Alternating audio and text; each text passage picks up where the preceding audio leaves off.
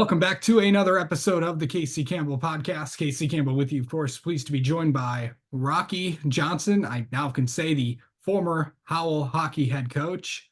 How are you, Rocky? I'm doing great, Casey. Retirement's fun. Okay. So obviously a few weeks ago was announced that you would be stepping down. You kind of explained to Bill Kahn from the Livingston Daily of why you stepped aside. So just just Right. for people that haven't had a chance to read the article and stuff like that, or just read numerous posts, just why? Well, I mean, there's a number of reasons, right? It sometimes things just occur and it's just time. I think Howell's in a really great place. That was very important to me. I didn't want to leave it in a worse place than I found it, and I found it in a really good spot. But I think we've done a lot of good things over the last 5 years. But to be truth be told, my wife and I have a daughter. Well, we have three kids, but one of our daughters is lives in Oklahoma City. She's going to have a baby in July, and you add that on. I think everybody knew that, right? So, but her dad passed a few weeks ago. Her mom's, elderly and alone. My mom and dad are elderly. One lives in Maine, one lives in Florida. So really, we just started to unpack everything. And at my age, I'm going to have to respond to those places, sometimes at a moment's notice, in order to take care of our aging parents, and the grandchild. And when you really look at all of that stuff combined, it just makes for an atmosphere of, you know what, the kids here in Howell deserve 100% focus all the time, and I wouldn't be able to give them that, to the effort and the level that they need it and they're required. And that's what's required as a head coach. I don't think people realize what these head coaches in high school hockey, or any sport for that matter, realize the level of effort that goes on behind the scenes, right? It's 24 hours a day, 7 days a week. And I just wouldn't be able to give them what they deserve. And for me, that's not acceptable. So it was just a good time. Yeah. Okay. Going into this decision, when did you really kind of know that this was going to be it?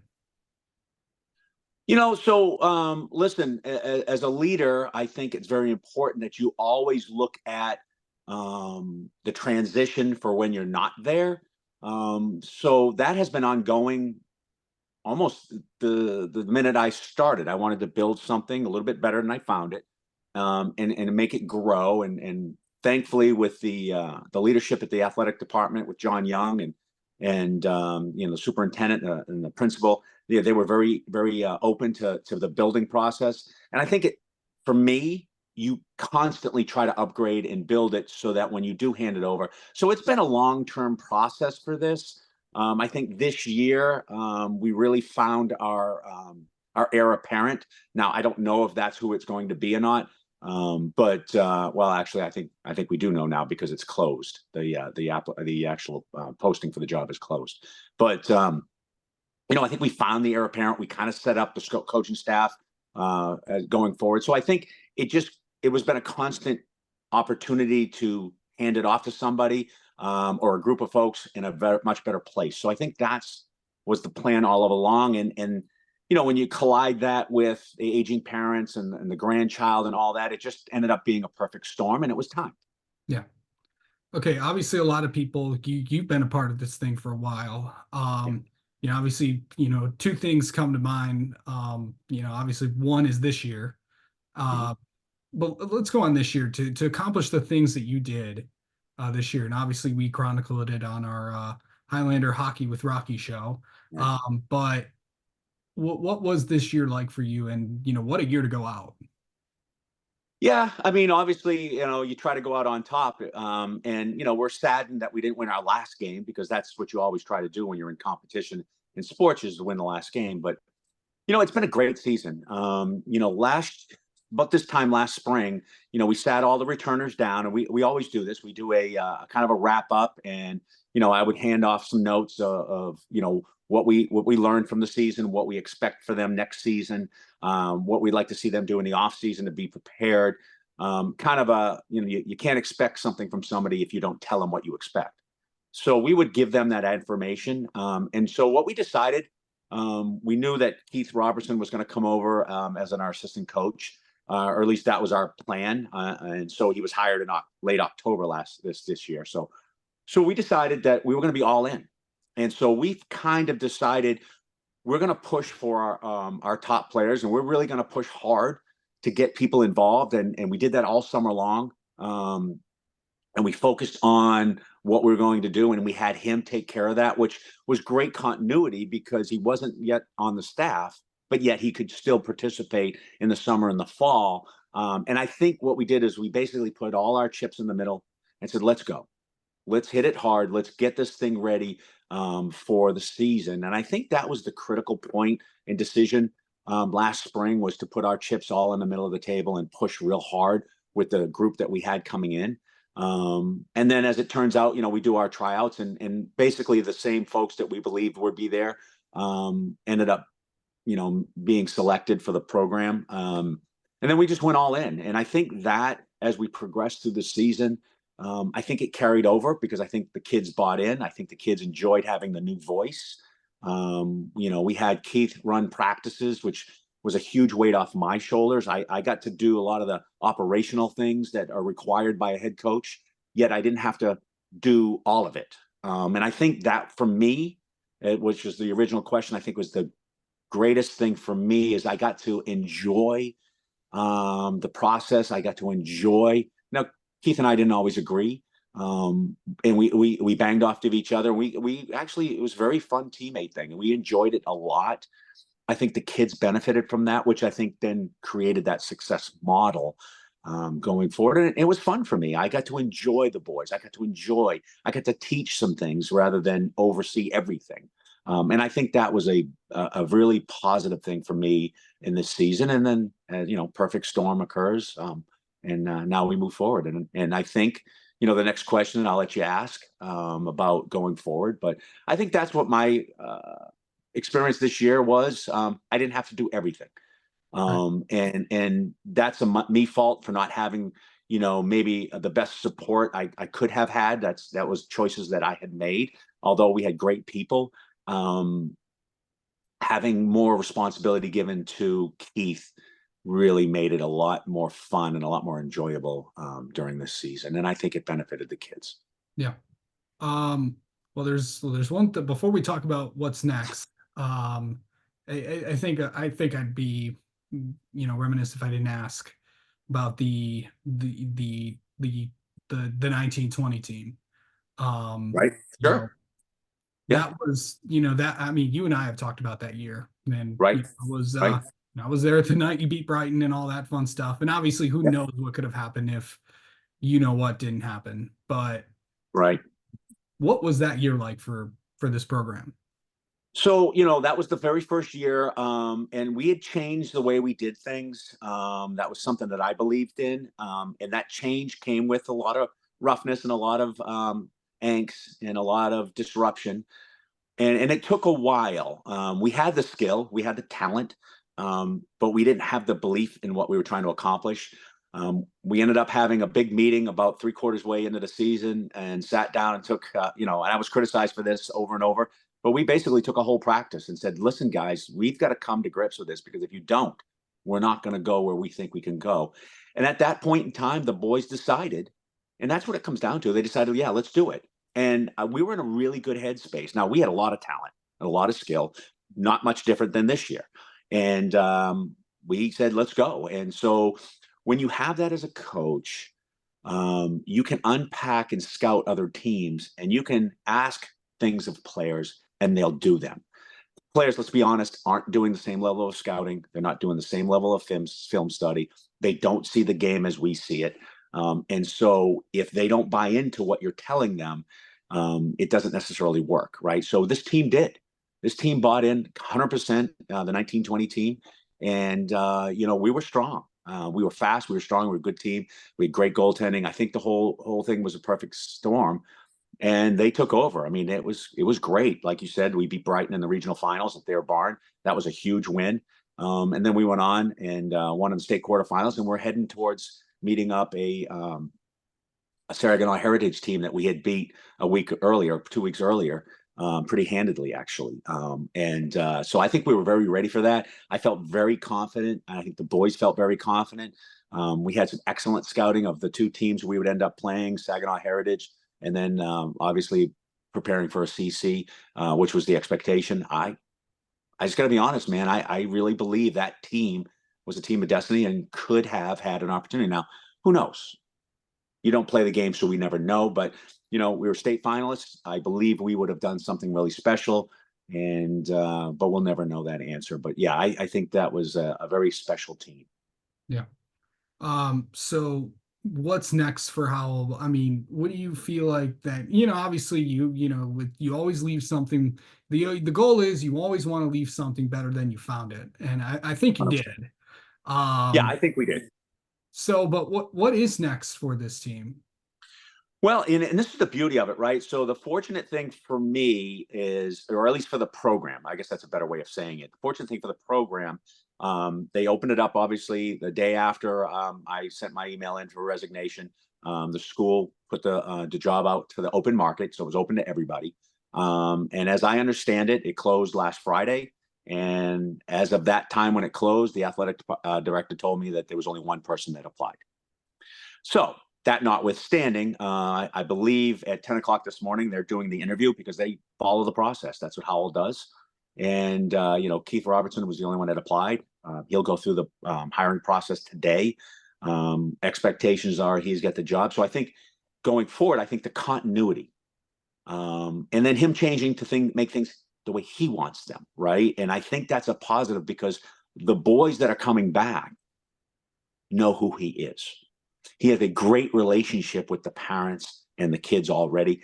The incoming players, we have an '09 group that is just off the charts. In fact, Keith and I talk probably 6, 7 times a day. I'm still very active in the scheduling because he wasn't prepared for that. And we wanted to make sure there was continuity outward facing to the rest of the league so that we could schedule that. Plus, my relationship with the rink, and so we've kind of gone that way, and it's been very productive. We have both schedules. We're actually going to have two varsities. We're doing a varsity, KLA varsity, which is what everybody's used to, and then we're adding another varsity team as opposed to a JV team, which we called our development team. And they're going to play as an independent in the MHSAA, and they're going to have a standalone independent schedule on the Hockey Hub and going forward. So we're able, because of that '09 group and the level of kids that we have, and I'll give you an example, Casey. In the 2020 season, right, we had a summer development camp that we always have. We had 26 skaters. Great, right? We had focus on the guys. We did a lot of development with them, a lot of skills. This year we have 50 skaters. All right, so it's double. So I think that alone is sending it off to a better place. There's more choices, better players, more opportunity for kids. So we're going to have two varsity teams. The '09 group is going to be great. There's going to be a strong continuity with Keith. I'm going to stay in the background and help Keith out as much as I can. I don't want to disrespect his process, so I won't be outward facing unless he asks me to.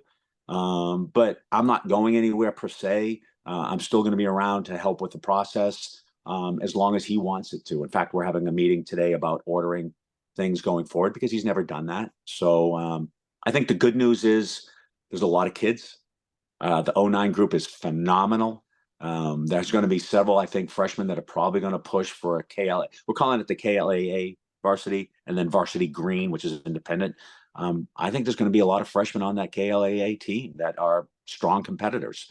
It's going to be, I think the cupboard's full, as they say. And I think it's handed off to a great coach, phenomenal opportunity. Yes, he's a first year head coach, and there's a lot of operational things that go on behind the scenes that a lot of folks don't realize. But I'm not going to go anywhere, and I'll support him. I believe TJ Hensick, who just finished playing professionally in the East Coast League, he's local. He's going to be involved. I believe they're going to try to get him hired in October as an assistant coach to Keith. We still have Jay Meyer, who's going to head coach the varsity green team. And then we may have a surprise couple other people coming in from the woodwork that we don't know yet, so we won't announce them, but it looks like they're going to help out. So I think this could be one of the best staffs in high school hockey, way better than it was when I had it. So I think that's a good thing for players. I think there's plenty of belief. I think it's upward trending. And just to be honest with you, I think the decision going with another varsity, it raises the floor. I mean, it doesn't help us to have excellent players that go out there and dominate in the JV league and win by 7, 8 goals. No, we were the number one team in the state this year as the JV program, but we lost in the finals. It doesn't help those players to dominate. So we're going to raise the floor where they're going to have to compete above their age group. And I think that raises the ability of those players faster. And that's kind of the buy-in. And now it's going to be a struggle. It may be a 500 teams wins and losses, perhaps, or maybe better. I don't know. But, we're playing some varsity teams here locally and across the state. And we're going to be pretty competitive. I think, in fact, people might be surprised how competitive this younger group is going to be. It also allows us to keep some seniors that maybe we would have to not, decide upon come November, which then makes the team even stronger. So it opens up the opportunity for for kids. It raises the floor of the skill and talent level and the competition. I think it's a win-win all the way around. Again, the best staff in the state going forward. I think it's exciting. Yeah, for sure. And then, what's next, for you obviously you're still going to stay in the area. But what is next? Well, we're trying to figure that out now.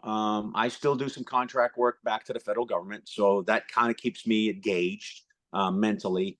But with the baby being born in July, and we're actually looking at maybe moving up north. We love it up there, so we might do something like that and build a home or something.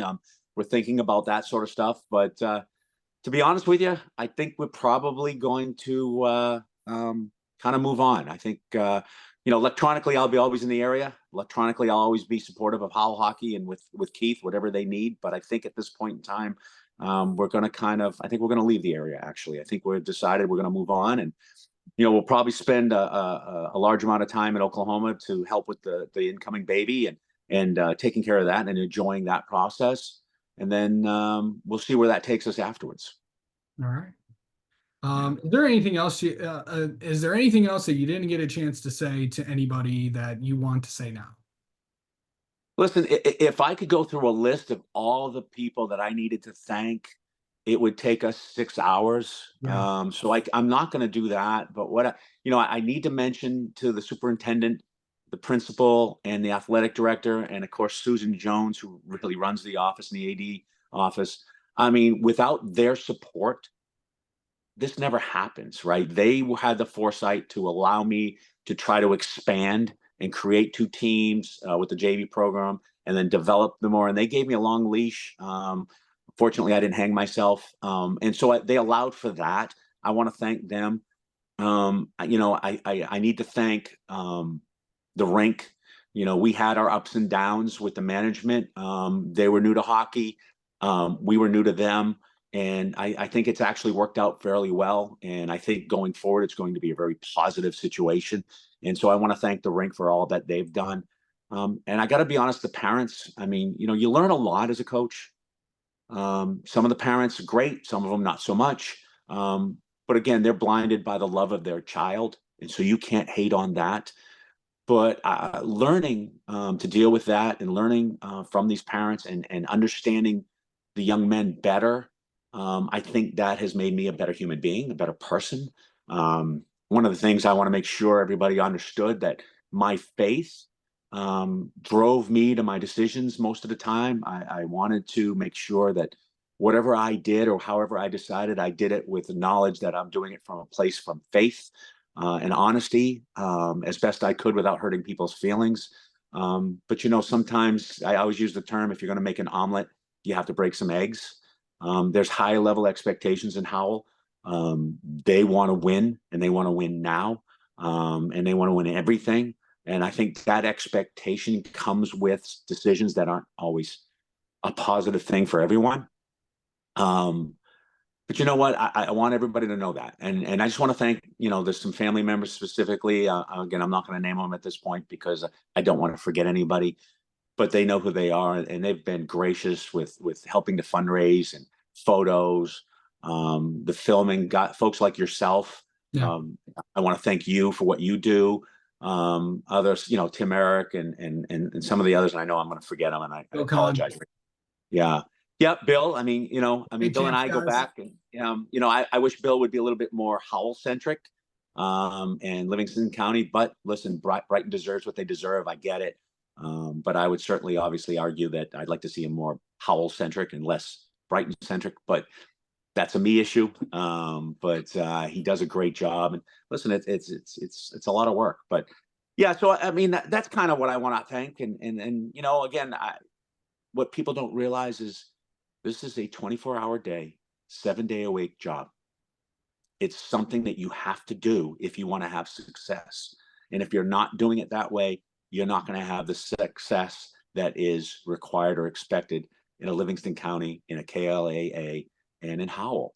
And without my wife supporting me, without Jennifer and her helping me through the process and supporting me when things are going sideways or even positive for that matter, this never happens. So those are the things. And the coaches, I love all my coaches that I've worked with, and I love all the KLA coaches. They're great human beings. They work their butts off. And so that's it. I obviously I could thank forever, but that's really the crutch of it. I just want to appreciate the time I had. 10 great years, 5 as the head coach. Loved every second of it. It's heart-wrenching to give it up, but I am extremely confident that the staff next year, with Keith, TJ, Jay, and a couple of extras they're going to bring in, is going to be far better than it's ever been in the history of Howell. Combine that with the best players from top to bottom, raising the floor. I think Howell's they should be regional champs and in the state finals going, consistently the next 10 plus years. So I'm super excited for that, and I can't wait to watch. All right. Rocky, thank you so much for the time as always. Thanks for all the interviews. And we Appreciate wish it, you Casey. best of luck in your retirement. Wish you luck too. Thank you for everything which you do. Take Absolutely. care, all.